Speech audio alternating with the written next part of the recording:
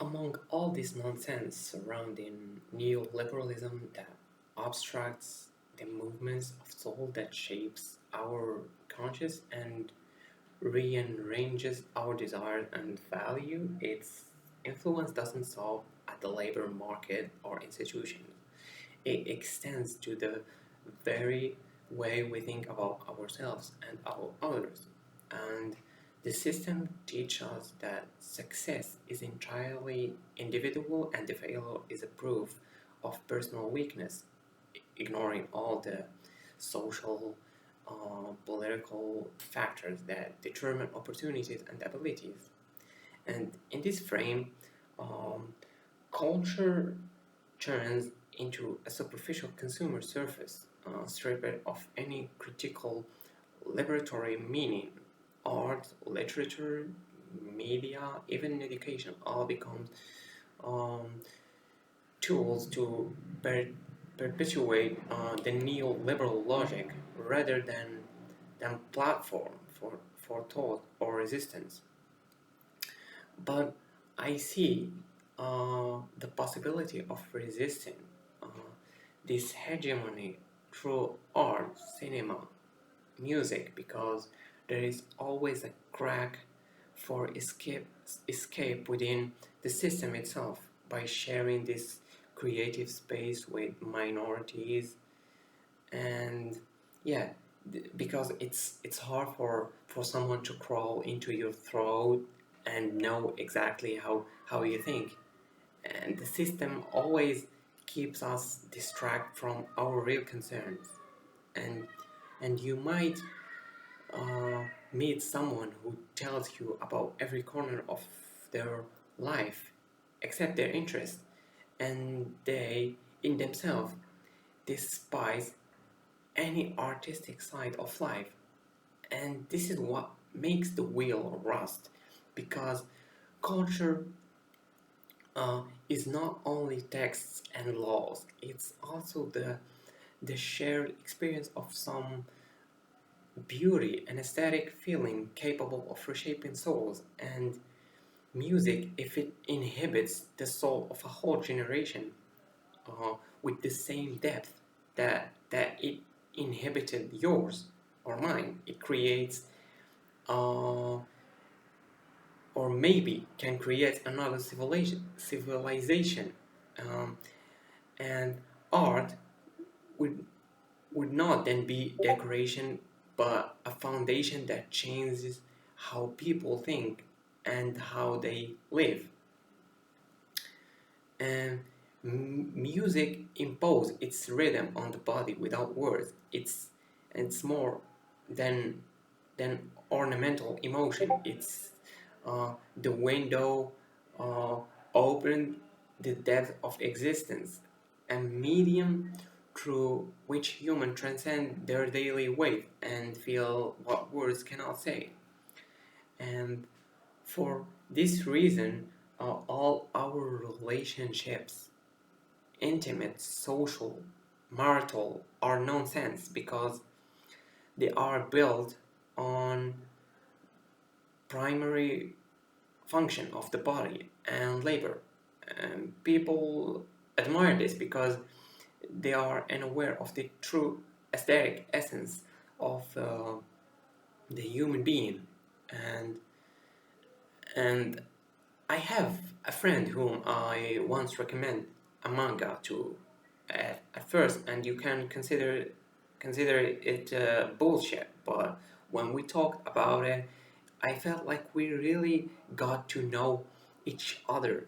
And again, some will think this is cringe, but the fact that we spoke about what we wanted, it amazed me how he exposed it in different ways, how the flow took another direction, and at the moment I realized it was his soul speaking. And this is what society calls sometimes when they try to act hypocrites, inner beauty after external beauty, because the soul can corrupt uh, all your external beauty if you are sucks.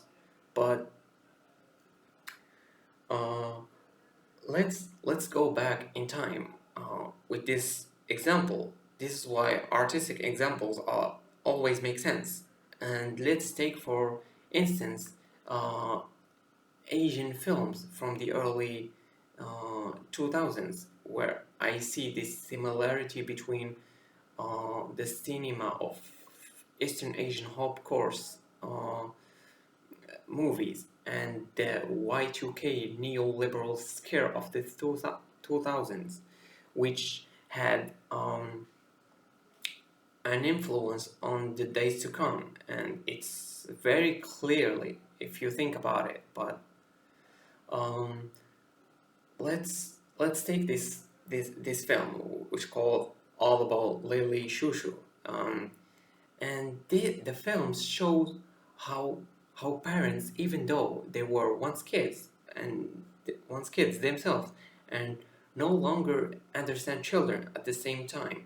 It deals with themes of deception and assault, and most of the uh, characters are teenagers, angry, rebellious, and isolated, and who escape into a fragile online world where they worship the singer Lily, but in real life they carry out and suffer from uh, disturbing uh, acts of violence. And the movie uh, in itself paints a world where both teens and adults behave in troubling ways instead of helping. And adults often show ignorance or even enable the harm, as when a teacher supports bullies while ignoring the lonely piano player from the movie, or when a mother punishes her son but avoids dealing with his deeper problem while she focuses on her newborn. Like, just keep her recycling the same mistake. And this really points to how negligent adults can be. But what makes what makes it powerful is how all this darkness is turned into haunting artistic imagery. And there is one memorable scene shows a character staring at a life-size poster of Lily's album, sharing his longing with the audience. And the poster itself doesn't matter as much as the quiet emotion in his reaction. That moment captures how beauty and confusion mix, creating kind of empathy and showing that that the only sense of hope lies in Lily's ethereal music. And the same happens with Dinner in America, when a girl meets a boy and he touches the core of her soul, proving that we are only affected by what lies beyond the surface. And like this Frank's Zappa songs that called Jar Under the Bed was always real to me, like the family before society, always trying to keep you hidden under the bed and disfigure every artistic side of you. And the only way out for those two young souls was escape through subculture, uh, a path for them, a path created for them through language. And this this language created a world for them, far from their families. And the film mocks uh, not just all, only family dinners, but the small talk and the empty rituals, suggesting that without sincerity these traditions are mean nothing. It's not about the family, it's about hollow souls. And yet families are still the head of this problem. And and there is another thing that when Mark Fisher uh, talks about history of rock, he stresses that its roots are not in joy but in sorrow, from the blues to Frank Sinatra's voice to Ian Curtis of Joy Division. But Curtis, who lived through a failed marriage, uh, through epilepsy and deep depression, who ended his life at 23 on the eve of the band's first American tour. And for Fisher, Curtis' sorrows went beyond the personal crossing into the desert of depression, where there is neither joy nor pain, only emptiness.